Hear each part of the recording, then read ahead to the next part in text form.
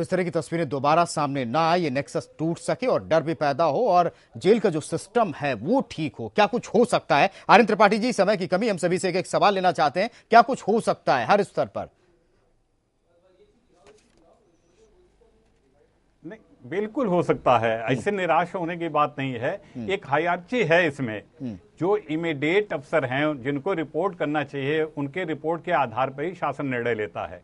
अगर वो रिपोर्ट ही नहीं करेंगे, डर जाएंगे वो भी इन लोगों से, तब पूरा का पूरा सिस्टम का फेल्योर हो जाएगा। तो कहां से शासन, कहां से क्या रह जाएगा। इसलिए मेरे विचार से जो इमीडिएट अफसर है, जहां भी कहीं गलती हो, चाहे थाना फूका जाए, और जो इनएक्शन, जिन्होंने कमीशन तो होता है, ऑमिशन जिन्होंने किया, उनके खिलाफ भी कार्रवाई अगर होने लगेगी और वो इमीडिएट, एक नियुक्ति प्राधिकारी होता है, नियुक्ति प्राधिकारी के विरुद्ध कार्रवाई होती है, क्लास 2 अफसरों का गवर्नर होते हैं जिसके लिए शासन बिल्कुल लेता है।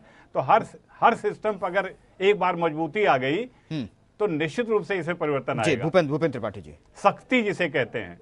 जी भूपेंद्र त्रिपाठी, बहुत कम शब्दों में क्या हो सकता है? इस व्यवस्था को व्यवस्थित करने के लिए जब शासन और प्रशासन दोनों मिल करके और पूरी तरह से जिनके हाथ में व्यवस्था है, जो देख रेख कर रहे हैं, यदि ईमानदारी से काम करें तो निश्चित रूप से व्यवस्था व्यवस्थित हो सकती है। जी, यही बात हर कोई कहता है।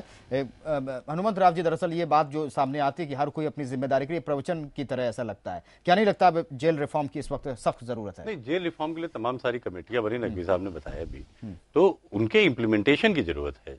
जरूरत इस बात की है कि उन्हें इम्प्लीमेंट किया जाए। जो 1895 के कानून पे अभी भी जेल मैनुअल चल रहा है, तो उसे बदला जाना चाहिए, पहली बात। दूसरा, राजनीति का जो अपराधीकरण है वो और तमाम सारी विद्रूपताओं को जन्म दे रहा है। जब तक ये जारी रहेगा, तमाम स्फीयर्स ऑफ लाइफ में जो है वो विद्रूपताएं दिखेंगी। संजय ने बड़ी अच्छी बात कही कि नियत होनी चाहिए, इकबाल होना चाहिए। नियत और इकबाल रहेगा तो चीजें हो सकती हैं। सरकार और शासन सत्ता से जो है मजबूत कौन हो सकता है? हमारा तो मानना यह है कि आप सबसे पहले ये मान के चलिए कि जो अंडर ट्रायल प्रिजनर्स हैं, जो 85% 90% होते हैं, उनकी सिर्फ आजादी कर्टेल की जाती है, बाहर नहीं निकल सकते हैं। बाकी उनके पूरे राइट्स वैसे ही रहते हैं। आप उनको सारी सुविधाएं जेल के अंदर पहुंचाइए जब तक कि उनका फैसला ना हो जाए, और फैसला होने के बाद भी संविधान के उसके अंदर और कानून के अंदर ही उनको सजा दी जाएगी। ये नहीं होगा कि आप कोड़े लगाने लगेंगे, ये नहीं होगा कि आप उनसे खाना पकवाने लगेंगे। अगर उनसे आप काम ले रहे हैं, सश्रम कारावास हुआ है, तो भी सश्रम में भी आपको उसको तनख्वाह देनी पड़ती, पैसा देना पड़ता है मिनिमम वेजेस एक्ट के तहत। ये नहीं होता है कि आप अपना मनमाना कानून चलाएंगे। राम गोपालपुरी साहब, के लिए क्या यूपी की सरकार में नियत इकबाल है? ये सब लोग समाजवादी पार्टी की सरकार की नियत और नीति में कोई खोट नहीं है। हम बहुत दृढ़ इच्छा शक्ति के साथ सरकार चला रहे हैं, और जो जेल में घटनाएं हो रही हैं, इन पर पूरी प्रक्रिया चल रही है। शीघ्र ही सुधार आपके सामने दिखेगा। जी, चलिए, उम्मीद करते हैं। पूछ लीजिए आज के बाद ये सुल्तानपुर जेल के लिए क्या कार्रवाई कराएंगे? जी, सुल्तानपुर जेल में जो तस्वीरें आई हैं, देखी होंगी, आप भी कह रहे हैं कि सब कुछ आप भी अगले कार्रवाई क्या आज की तारीख के अगले महीने में मैं आपसे ये सवाल खुद पूछूंगा कि सुल्तानपुर की जेल में कोई आपको बदलाव दिख रहा है कि नहीं दिख रहा है?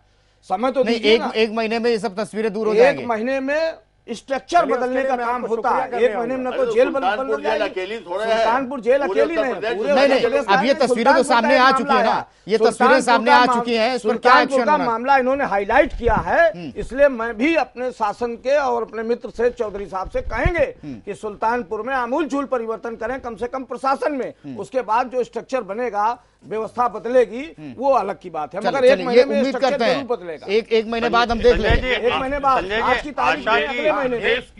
आशा की एक किरण जगी है संजय जी।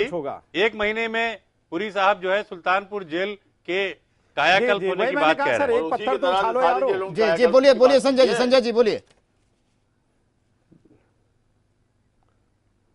मैंने यही कहा कि किसी भी चीज की उम्मीद के लिए कहा जाता है कि सूरत बदल सकती है, एक पत्थर तो उछालो यारो। तो इन्होंने अगर कहा सुल्तानपुर की तबीयत, अगर इन्होंने वास्तव में उसकी तस्वीर बदल दी एक महीने में, तो बाकी जेलों की तस्वीर बदलने में फिर वक्त नहीं लगेगा, वो नजीर बनेगा।